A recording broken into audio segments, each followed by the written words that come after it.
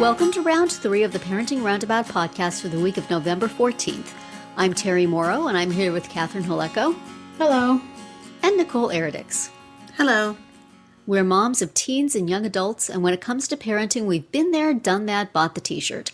But we're still waiting for the day when we'll reach the finish line and have no further need to lay down in a dark room with a wet rag over our eyes worrying about something or other. Wednesday is Complaint Day here on Parenting Roundabout, and today we are complaining about the things Mom sees that no one else does. Nicole, you found an article on raising teens today? Yeah, I just found this little list here and I thought, yeah, this is about right. Like, for example, an accident waiting to happen. Like, how often do you just stand back and go, oh boy, this is not going to end well? Like as we discussed the other day, going through the buffet at Whole Foods. Yes, Yep, exactly. This is not going to work out. I'm going to have to step in, right? Or like, I don't know about you, but I can pretty much tell when my kid is lying.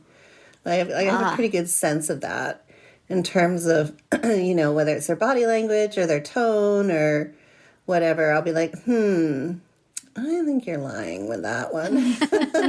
Or you may not be telling the entire this truth. Yeah. Do they have a tell?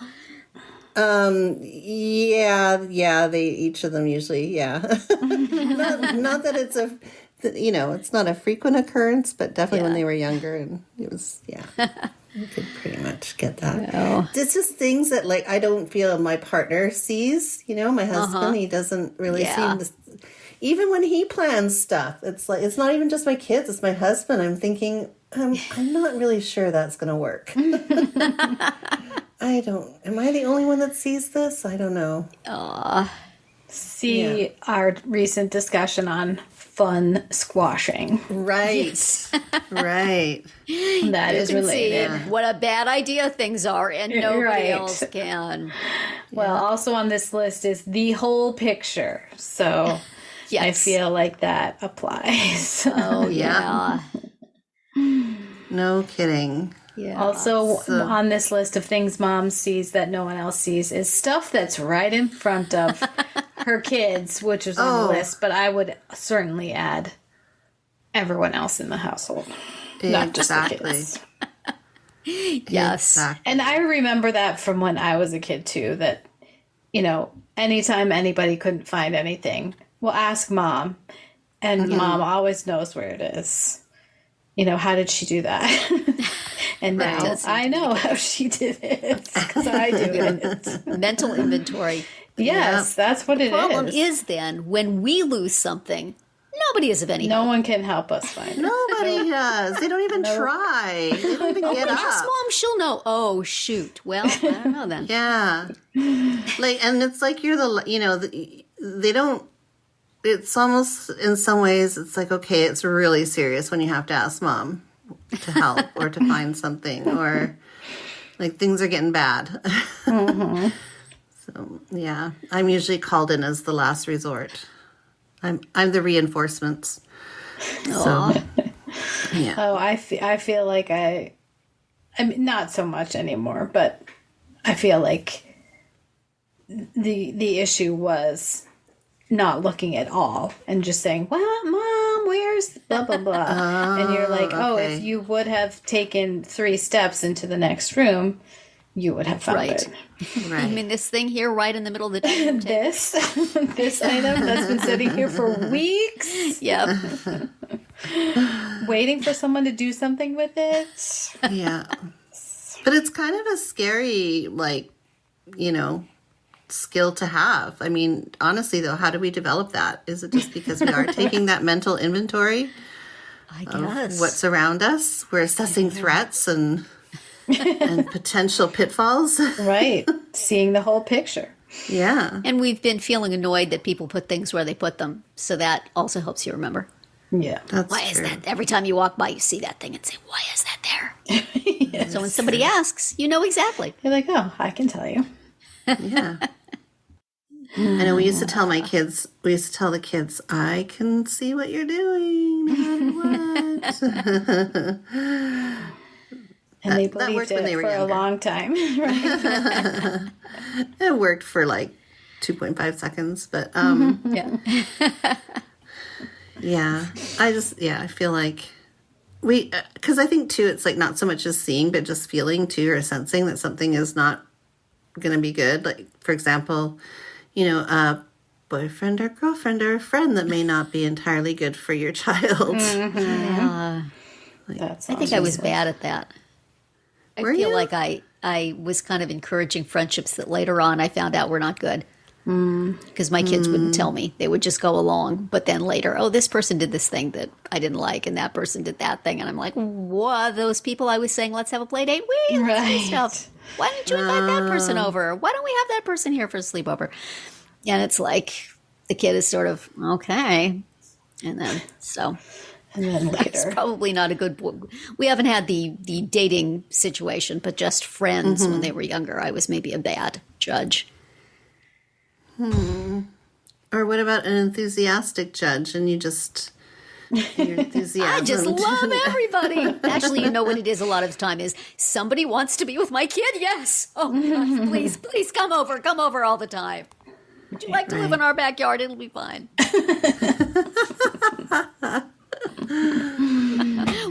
We have an extra bed downstairs. Please come over. Please, somebody, anybody, come over.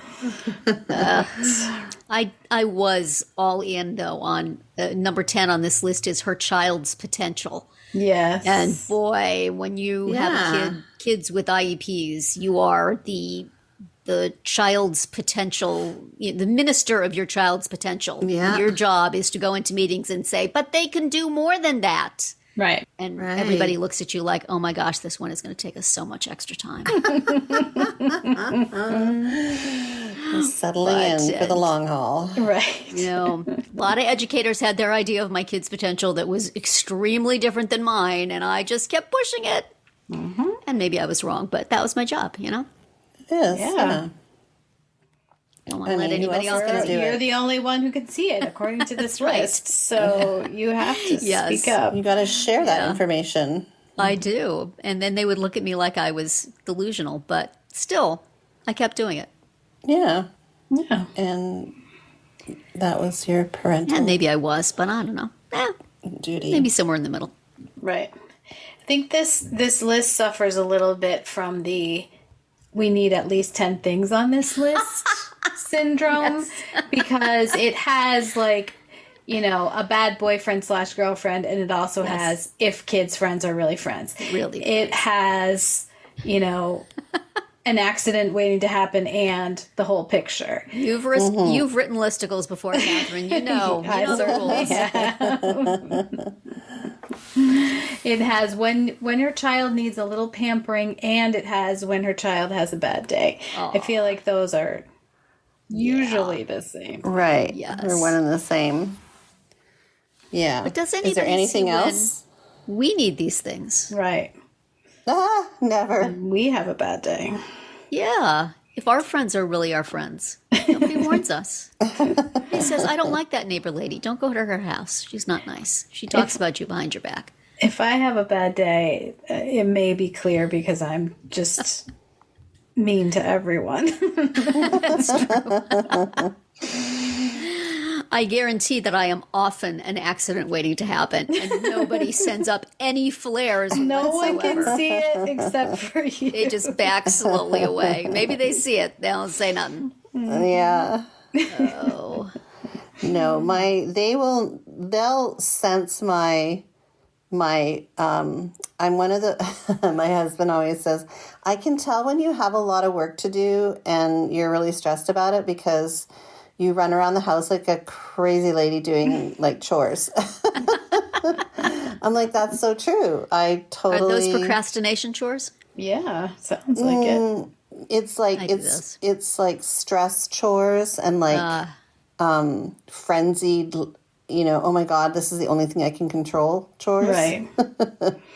So I'm going to do them. Yeah, that's a real thing. This is something I can control. I will do this now. But for me, work is usually that instead of doing things with my kids. or doing I don't know what whatever to do. I administrative don't know what to do as a household task. parent, so I'm just going to go edit this article because I can deal with words. I that I definitely know. know I know how to do that. this. Yeah, Ay. for sure. So, yeah. So there are certain things that my family members pick up on, but, for the most part. It's, although, and my kids aren't living at home anymore either, so. When I'm at home, it's just me and my cats because my husband's at work, but they're Did you good let at the picking cat up. know it was the cat's job now to see the things that nobody else sees about you? They know. And They're to fully aware come that to your they've rescue. taken on this new role in my life. Now that Just Missy's sitting on your gone- lap and purring would solve almost all of these things. See, now Missy used to do that. She was great Aw. at being a companion. She was more Aware of attentive what than was my going family. on. Aw. Messy. But, yeah.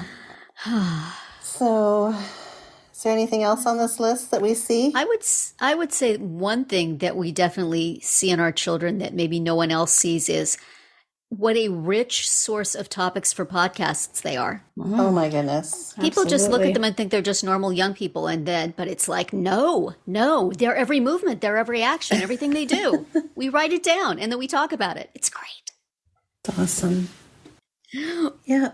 But perhaps we have run out of that for today. So let's say that's it for round 3. Tune in tomorrow when we'll obsess about family favorites, and then on Friday to see what we've come up with for our Roundabout Roundup picks this week. Find all our episodes at parentingroundabout.com and talk back in the comments there, on our Facebook page, or on Twitter, where you'll find us at Roundabout Chat.